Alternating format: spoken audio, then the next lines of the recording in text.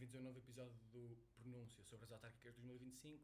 O nosso candidato de hoje é o Guilherme Alexandre Jorge, candidato pelo partido Volt, recém-licenciado em Direito, o candidato mais jovem às autárquicas de 2025. A primeira pergunta que ia fazer era: porquê a candidatura a Presidente da Câmara Municipal do Porto, sendo que tens ascendência na Maia, não é? Sim. Muito bom dia, António. Muito bom dia a todos.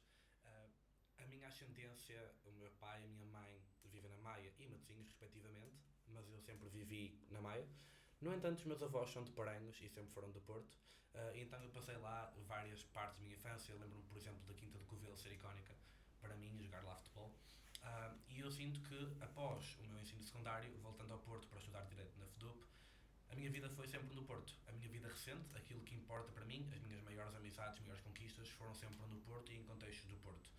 E, portanto, é no Porto que eu tenho as minhas dificuldades de mobilidade, é no Porto que eu tenho a minha maior dificuldade, que é a habitação, não consigo viver no Porto, e é no Porto que eu sinto todos estes problemas, mesmo a nível do ambiente, poder aproveitar os parques, poder andar na rua sem respirar ar poluído, e por serem estes os problemas que eu quero resolver, eu raramente passo tempo na Maia sem ser para ir dormir, portanto, eu quero resolver os problemas que me afetam, e por perceber que afetam outras pessoas que muitas vezes ficam sem voz, tentar também representá-las. Muito bem. Nessa linha, já que passaste bastante parte da tua vida no Porto e lá está em Paranhos, etc., se calhar é possível fazer uma retrospectiva para os últimos 12 anos de governação. Ou seja, chega evidentemente ao fim de um ciclo, são 12 anos com Rui Moreira à frente da presidência da Câmara Municipal do Porto. Que balanço é que podemos fazer ao fim destes 12 anos? Certo. A minha maior dificuldade para fazer este balanço não se prende tanto com a parte de Maia versus Porto, mas prende-se mais com o facto de eu ter 24 anos e, portanto, eu aos 12 anos não tinha a maior percepção de como é que o Porto estava e é um bocado mais difícil fazer essa retrospectiva. A minha maior memória política, de querer saber de política, começou com o Passos Coelho a sair do governo à força, para uma geringonça, e, portanto, desde aí é que eu comecei a olhar para as notícias como algo que me interessava. Mas de todo modo eu posso olhar para o Porto, aquilo que foi proposto para o Porto nesses 12 anos e ver aquilo que falta fazer e ver aquilo que me parece a mim ainda falta de ambição e que nem sequer se propõe, ou que às vezes se propõe agora nestes últimos discursos pré-eleições, mas eu vejo muita dificuldade em acreditar que estas pessoas estejam preparadas para o fazer, por exemplo a nível de mobilidade suave, porque eles fazem promessas de ciclovias, fazem promessas de integrar toda a gente, mas nos últimos anos não têm um histórico sequer de ouvir as pessoas que se queixam destes problemas e vi, por exemplo, o Executivo a bloquear ativistas nas redes sociais quando se queixavam destes problemas, ou até na questão do urbanismo, às vezes uma rua está a ser reabilitada, ok, e as pessoas vão lá dizer, olha, isto não está bem feito, ou olha, repara como os carros estão a estacionar já assim e assim, e as pessoas são bloqueadas em vez de ouvidas. Portanto, eu acho que o Porto, acima de tudo, tem que começar a ouvir as pessoas, é algo que não tem sido feito ultimamente, e se ouvir as pessoas, todo o resto dos problemas vão ser mais fáceis de resolver porque terão mais informação e poderão agir em tempo real. Muito bem. Nessa linha, o vosso partido é o Volt. O Volt é conhecido por ser um partido federalista europeu que promove a integração mais aprofundada na União Europeia. Correto. E há uma linha de pensamento nas autárquicas em que é muito comum falar de descentralização e pode ser visto como uma política mais pensada no federalismo, diz muito pouco à política municipal e se calhar vai contra a maré da descentralização. Isto é verdade? É uma percepção que é verdade e na verdade não acontece assim, que o Volt, por pensar demasiado na Europa, por querer uma visão para a Europa que os outros partidos nem sequer consideram falar nos seus programas, falar no seu discurso, não significa por isso que o Volt não queira saber do poder local e existe um princípio que é fundamental na União Europeia e na administração pública, mesmo portuguesa, que é o princípio da subsidiariedade e que nem sempre consigo escrever direito. Mas este princípio significa que as decisões devem ser tomadas no nível onde existe mais capacidade para as tomar. Por exemplo, as juntas de freguesia são essenciais porque é onde o poder político consegue estar em mais contacto com a população, consegue viver o dia-a-dia e perceber esses problemas e consegue também resolvê-lo mais rápido ou pelo menos comunicar a quem devido acima que tenha competências para isso. E neste caso as competências é uma das grandes conversas que há na descentralização em Portugal, é que competências devem estar ao nível do município, que competências devem estar ao nível do Estado Central e ainda se fala também, mas pouco, da regionalização, portanto que competências devem estar ao nível da região norte, da CCDR Norte.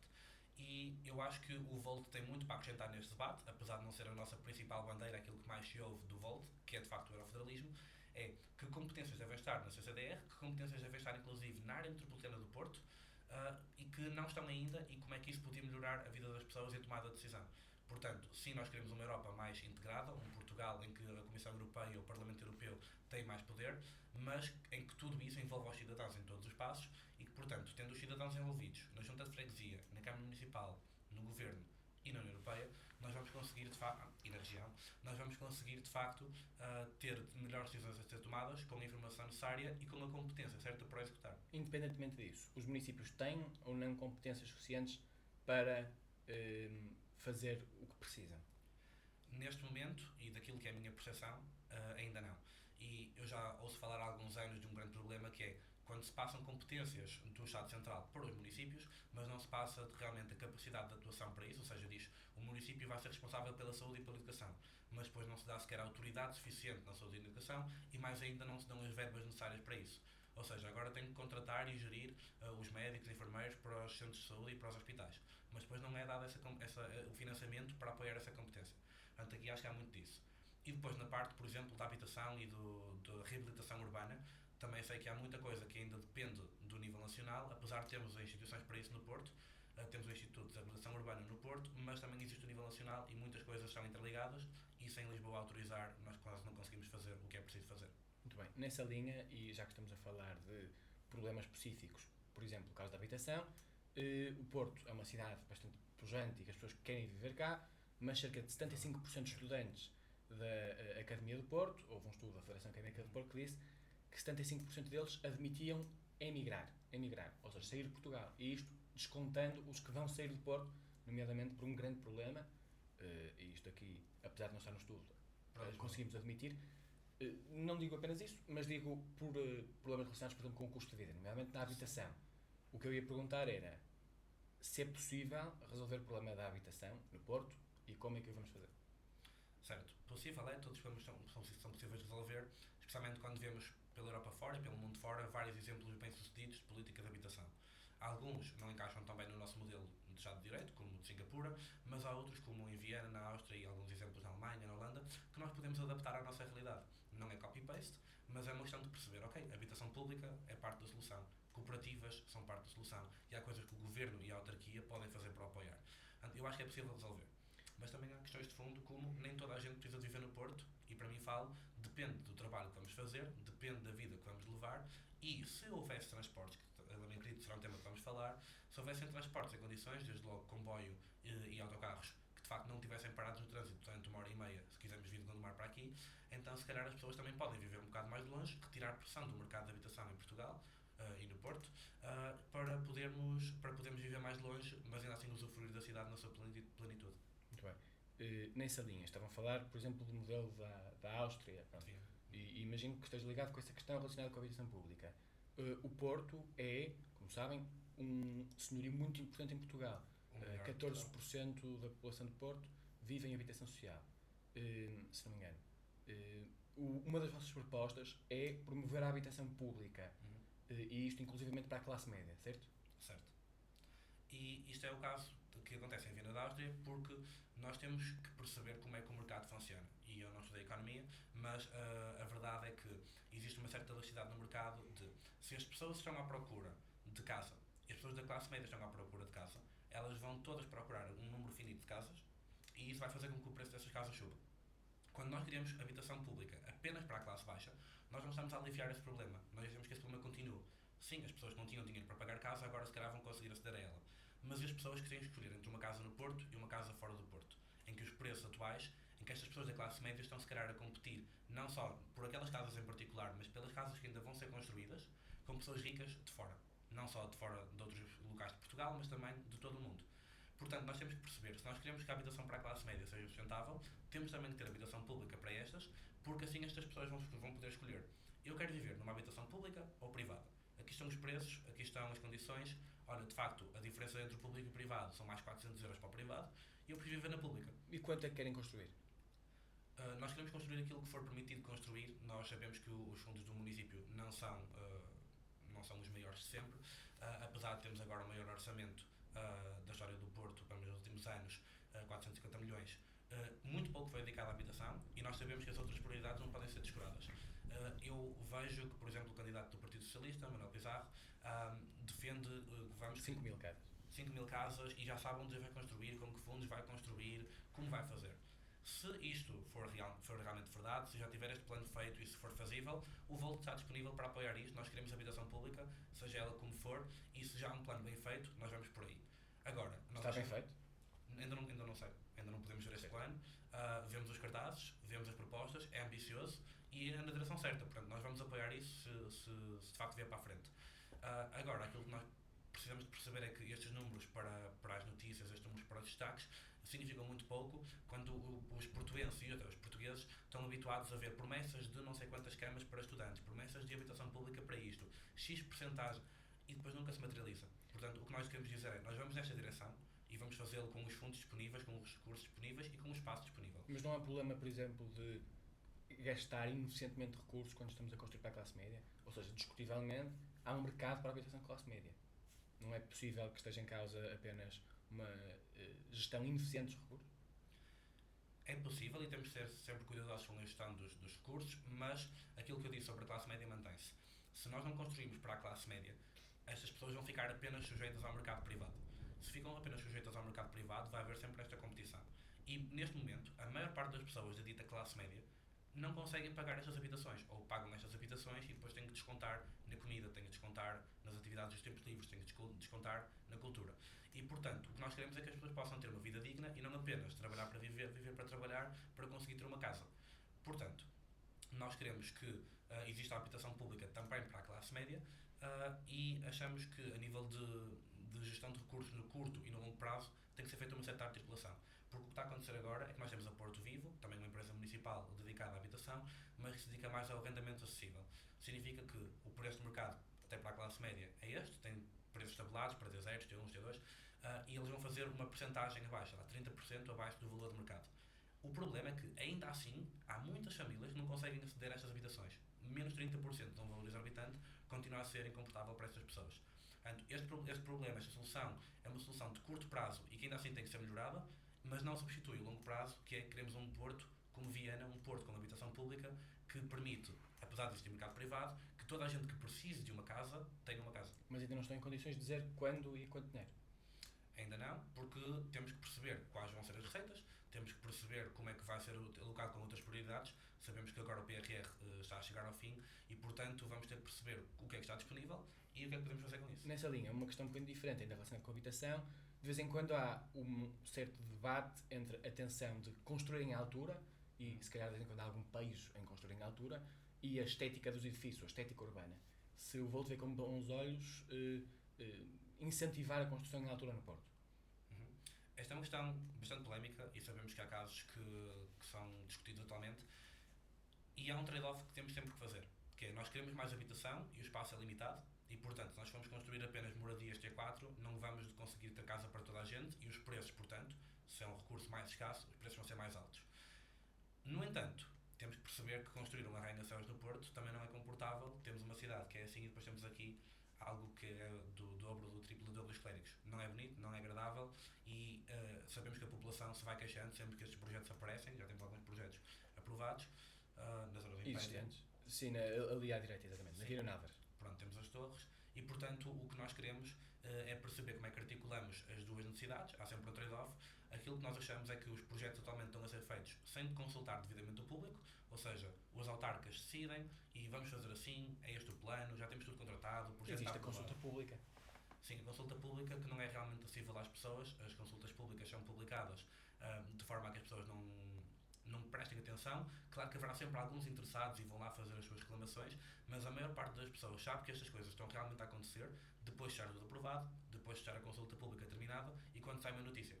E a notícia sai, vai para as redes sociais, as pessoas começam a falar sobre isso, aí começa o debate.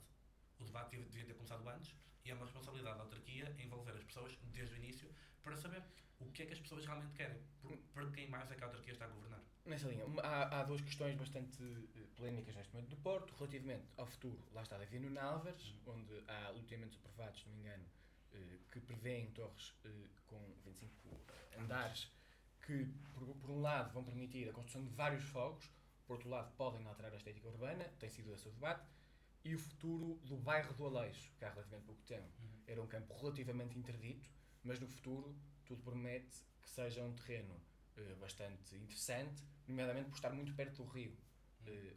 Qual é que é o futuro que o Volt vê para esses sítios? Pronto, para a parte das torres, já disse anteriormente, temos que envolver as pessoas porque nunca vai haver uma solução que agrade a todos. Vai haver quem não fique contente com a estética, vai haver quem não fique contente com a falta de habitação nestes locais. E a falta de habitação significa também que vai haver menos pessoas a viver lá, há menos possibilidades de o comércio continuar a prosperar lá. Temos que envolver as pessoas, porque não cabe às autarcas dizer há aqui duas opções, têm pontos bons e pontos maus, vamos fazer só porque sim. Mas tem uma posição relativamente a isto? O Volt tenderá neste assunto a preferir não construir em altura em locais destes, mas temos que avaliar onde mais podem construir casas e daí também, se há planos para construir 5.000 casas públicas e não envolvem este tipo de soluções, nós vamos apoiar por aí. Ou seja, estes trade-offs, se podemos evitá-los, podemos resolver o problema da habitação, então aí deixa de haver um trade-off. Porquê? Já temos habitação e alguém quer construir em altura. Aí deixará de fazer sentido. Quanto ao bairro do Aleixo, nós temos que perceber que quando se reabilitam bairros, e especialmente em terrenos interessantes como estes, perto do rio, é importante terem cuidado com a gentrificação. Temos que garantir que as famílias que lá estavam continuam a ter uma vida com dignidade e de preferência no seu bairro. Sabemos que a nível de interesses económicos isto nem sempre é mais interessante, mas achamos que a ligação das pessoas ao terreno, ao território, é mais importante do que isto. Portanto, queremos que seja uma reabilitação bem feita, temos também de ter cuidado com a parte urbanística, mas a nossa principal preocupação aqui são as famílias e continuem a ter uma ligação às suas casas, onde sempre viveram. Um bocadinho em linha, relativamente a estas questões relacionadas com ligação à cidade, etc., fala-se de vez em quando da questão do turismo e dos impactos económicos positivos que pode ter e os impactos socioeconómicos que podem não ser tão interessantes. Uma questão que eu ia fazer era, se o Porto tem turismo a mais ou turismo a menos? É uma questão também sempre relativa e algumas das medidas que nós vamos ter no nosso programa, quase terminado, tentam promover o turismo na mesma, mas tentando de forma inovadora reduzir as pressões e os problemas que este cria. Por exemplo, nós sabemos que há zonas do Porto que estão cheias de turismo, mal se consegue andar na rua, mal se consegue utilizar as estações de comboios e especialmente na parte do verão. Nomeadamente a estação de São Bento, aquilo é mais para turistas do que para pessoas e devia ser para as pessoas. E nós tentamos andar-nos aliados, somente com as obras agora, nos últimos anos, as coisas não são confortáveis. Depois autocarros, há determinadas linhas que estão mais cheias de turistas, por exemplo na Marginal, e nós queremos que, sim, o turismo é bem-vindo e vai ter benefícios positivos para a economia e até para a cultura, porque as pessoas acabam por ter esta multiculturalidade. No entanto, temos que perceber como é que podemos deslocar estas pessoas para outros focos, outras zonas da cidade, que passem a ser atrativas, que passem a beneficiar também do turismo, retirando a pressão exagerada que é em alguns sítios. Por outro lado, o Porto, para se afirmar a nível internacional, não precisa de ser apenas o Porto. Ou seja, as pessoas vêm para o Porto, aterram no aeroporto do Porto, na Maia, mas aterram lá, gastam dinheiro no Porto, mas depois podemos ter medidas atrativas para irem, por exemplo, visitar o Gerês, visitar a Serra da Freita, visitar Aveiro. E assim conseguimos que, pelo menos em alguns dias da visita, as pessoas vão para outros sítios, continuam a valorizar o Porto em parte da viagem, continuam a trazer o seu dinheiro, continuam a pagar dinheiro a empresas que operam no Porto. Com perda de receita municipal e para os hotéis. Com alguma perda de receita, mas o que nós temos que perceber é estes hotéis têm que ter modelos mais sustentáveis. O município não pode depender apenas do turismo e um dos impactos negativos do turismo é de facto que a dada altura nós nos tornamos dependentes dele. O Porto tem de se valorizar, e acredito que vamos falar também disto da parte da competitividade e da inovação empresarial. Não podemos depender apenas do turismo, portanto, vamos precisar de uma receita aqui? Sim, temos planos para recuperar noutros lados também. Muito bem, e um bocadinho nessa linha, quais é que são as propostas do Volt para combater os impactos negativos do turismo? Sei que tem propostas relativamente ao alojamento local. Sim. Certo. Sim, a nível do alojamento local é reduzir um pouco, mas para reduzir outros impactos nós vemos que algumas cidades na Europa, por exemplo Copenhaga... Em todo o município? Nas zonas mais afetadas, mas há zonas que não têm problemas com turismo, portanto... o que nós temos que tentar perceber é como é que podemos levar estes turistas destes hotspots para outros cold spots.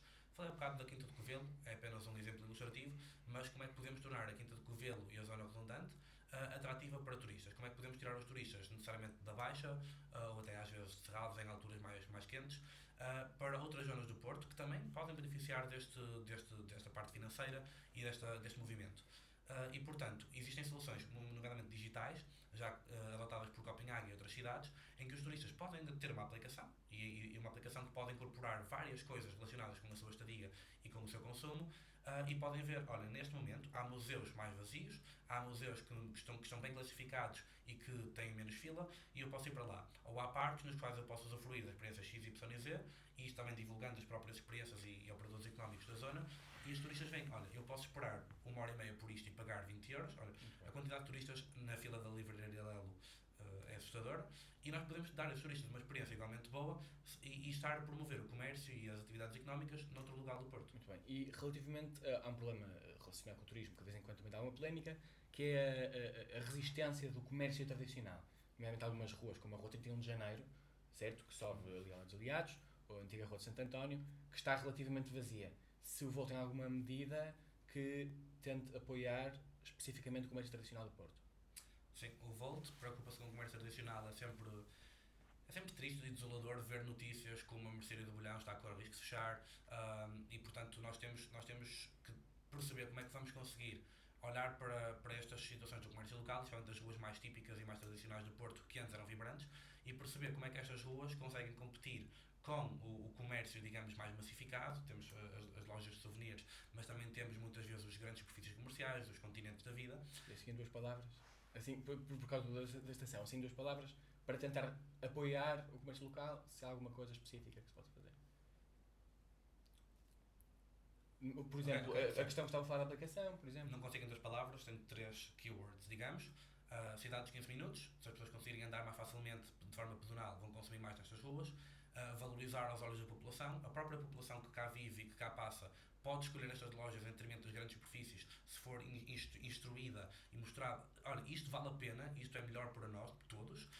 E em terceiro lugar, estudar a hipótese de congelar ou apoiar na parte das rendas, porque é uma grande pressão que estas lojas e negócios sentem, porque de facto, a competir com tudo o resto que está a acontecer no Porto, estas lojas, não tendo a maior receita de sempre, estão a correr o risco de fechar e ter que mudar para outros sítios ou não voltar a abrir. E especificamente no que estavam a falar sobre a questão das lojas ilegais, de vez em quando ouve-se falar, e há reportagens sobre isso, sobre algumas lojas no Porto de comércio ilegal, nomeadamente as lojas de souvenirs, e ligando isso com outro episódio, houve há relativamente pouco tempo uma agressão a representantes de freguesia, em que estava relacionado com a emissão de atestados de residência.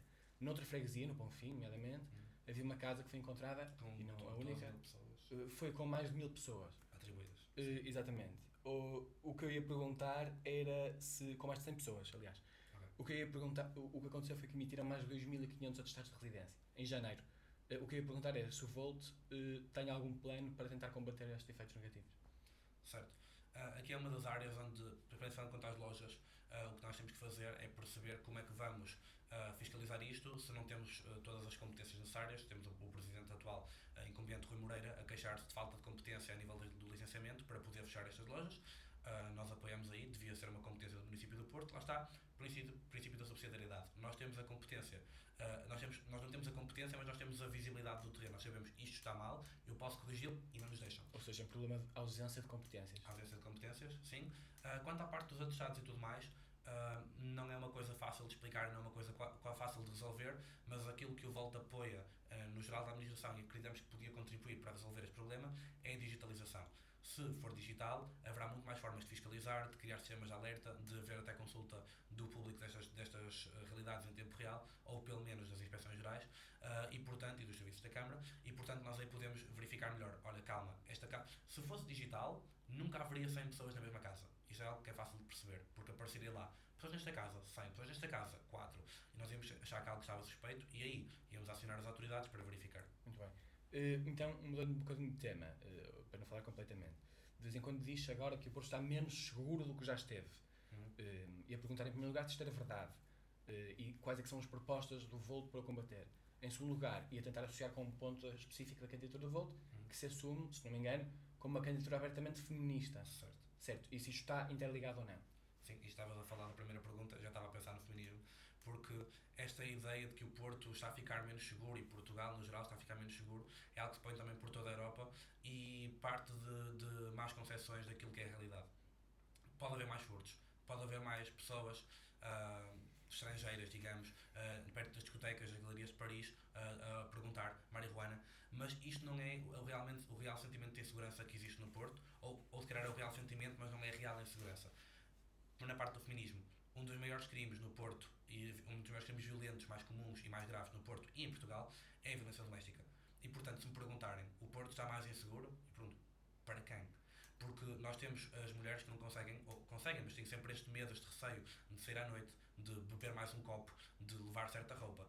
E isto parece que é um tema que fica nas redes sociais e quando se fala de sentimento de insegurança, a malta vai logo para a imigração e os imigrantes, e depois às vezes até existe um imigrante que comete um determinado crime e as pessoas sem olhar para as estatísticas, sem perceber se é 1%, se é 0,1% dos casos, as pessoas vão logo, os imigrantes. E muitas vezes temos que nos perguntar, enquanto homens, enquanto pessoas de sexo masculino, se afinal de contas os problemas não são os homens. E não devemos antagonizar ninguém. Devemos perceber o que é que está a acontecer sociologicamente e como é que nós podemos, de homens bons para homens menos bons, dialogar, criar sistemas de educação, criar sistemas de proteção para resolver estes problemas. E em específico, o que é que o Volt propõe para tentar combater este fenómeno, nomeadamente da violência doméstica?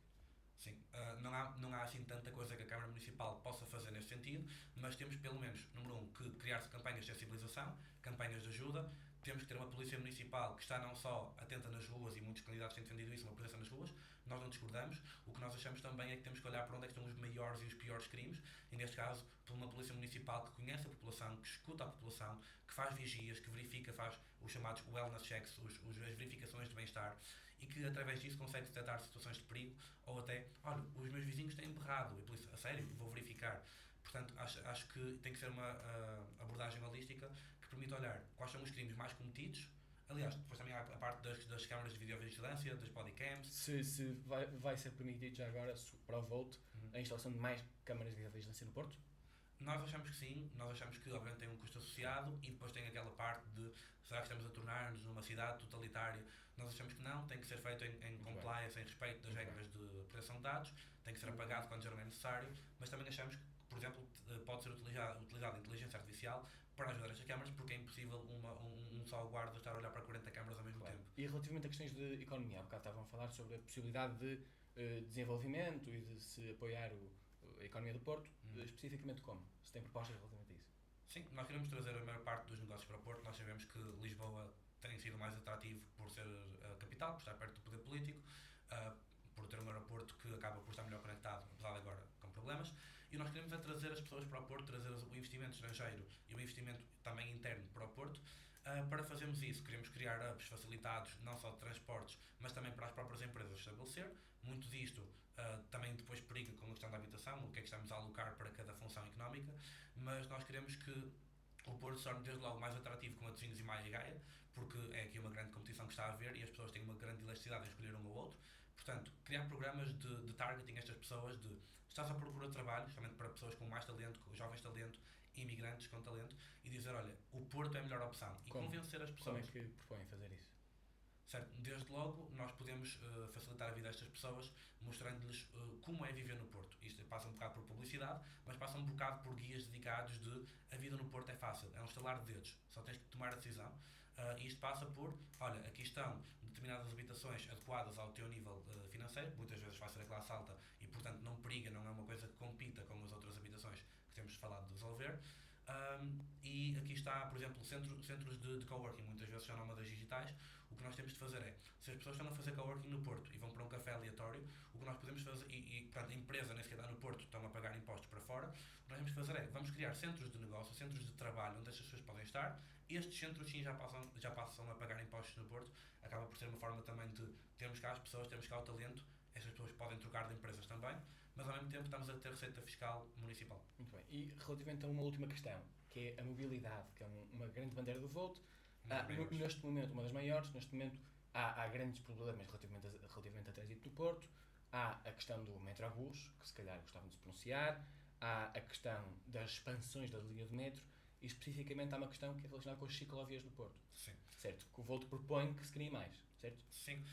Há quem diga que antigamente, por exemplo, o CDS era o partido do táxi, o Volt será sem dúvida o partido da bicicleta, não só por elegermos uma pessoa de cada vez, mas também porque o Volt quer mais mobilidade ciclável, mais mobilidade suave. Pode ser bicicletas normais, bicicletas de carga, bicicletas elétricas, mas achamos que o futuro da cidade passa por isso. E muitas vezes as pessoas dizem, nós não somos Amsterdão, mas Amsterdão também não era Amsterdão antes, portanto aquilo que o Volt vem propor é de facto uma mudança a longo prazo, mas radical daquilo que é a mobilidade no Porto. Depois também muito dos transportes públicos é parte essencial. O Metrobus tem sido um fiasco, não só na sua execução, mas a própria ideia do Metrobus, nós achamos que seria melhor ter mais ligações de metro, porque, número 1, já sabemos fazer metro, o Porto tem um dos melhores metros da Europa, apesar da velocidade ser baixa. Na Boa Vista, sim. Portanto, pode ser um metro de superfície, já sabemos que também temos muitos metros de superfície e é uma coisa viável, e aí estaria a ocupar praticamente o mesmo espaço as paragens podiam estar feitas desta forma, porque o metro abre dos dois lados, e portanto teria resolvido desde logo o problema. Não sei, agora como diz Pedro Duarte, estamos abertos a recomeçar tudo de novo, temos que estudar os impactos económicos disso e o que é que já foi construído e destruído. Neste momento, essa via do Metrobus está a ser utilizada como ciclovia e o Volt não desgosta disso. Temos é que perceber o resto da infraestrutura foi construída, como é que pode funcionar aqui, e queremos faixas bus. Na Avenida da Boa Vista devia haver faixas bus dedicadas, que poderiam ser partilhadas, por exemplo, com veículos de emergência quando é necessário. Portanto, temos os carros numa via temos os outros veículos noutra. E achamos que isto seria um bom equilíbrio. No resto do Porto, temos que acabar as obras do metro, temos que fazer melhor contratação sempre que vamos fazer novas obras de transportes públicos para garantir que não há estes atrasos e estes derrapes. Isso foram falhas do atual Executivo, que muitas vezes falha em dialogar sequer com os parceiros, e temos discussões... As obras são do metro do Porto também. Sim, temos discussões em praça pública entre o metro do Porto e a Câmara, quando deviam ser parceiros e não adversários. E estão mais a tirar culpas do que a trabalhar juntos para resolver o problema. Muito bem. Assim, então, para finalizar, como é que o Volt vê o Porto em 2029-2030? Há muitas formas de ver o Porto no futuro, e uma delas é com o Volt. Se não for com o Volt, eu pessoalmente não tenho muita esperança, por isso é que encabeço esta candidatura. Vejo um Porto com uma mobilidade suave, muito mais impactante, muito mais presente, as pessoas mais saudáveis por o fazer, o ar mais seguro para se respirar, mais saudável para se respirar. Nós perdemos anos de vida só por respirar o fumo dos carros do nosso cotidiano. Espaços verdes mais vibrantes, e entre os vários parques temos corredores verdes, ou seja, ruas com mais árvores, com mais arbustos, com mais vegetação. E um Porto também mais atrativo para todos, especialmente para quem quer cá viver e não tanto para o turismo. Acho que o turismo não deve ser uma dependente, deve ser um complemento, deve ser uma parte da cidade, mas não o essencial da cidade. E portanto um Porto atrativo para o negócio e para a habitação, para as pessoas fazerem cá a sua família. Fazer a família é uma parte essencial. As pessoas só querem fazer negócios cá, a longo prazo, se puderem também viver cá, e querem viver cá, querem poder família. Portanto, ter ruas mais seguras, não só da parte da segurança do Porto, mas a própria segurança rodoviária, é também uma parte disso. E portanto, o convite é para continuarem a seguir a campanha e perceberem a fundo estas propostas e fazerem as vossas questões. Muito bem, Guilherme, muito obrigado. Obrigado. E obrigado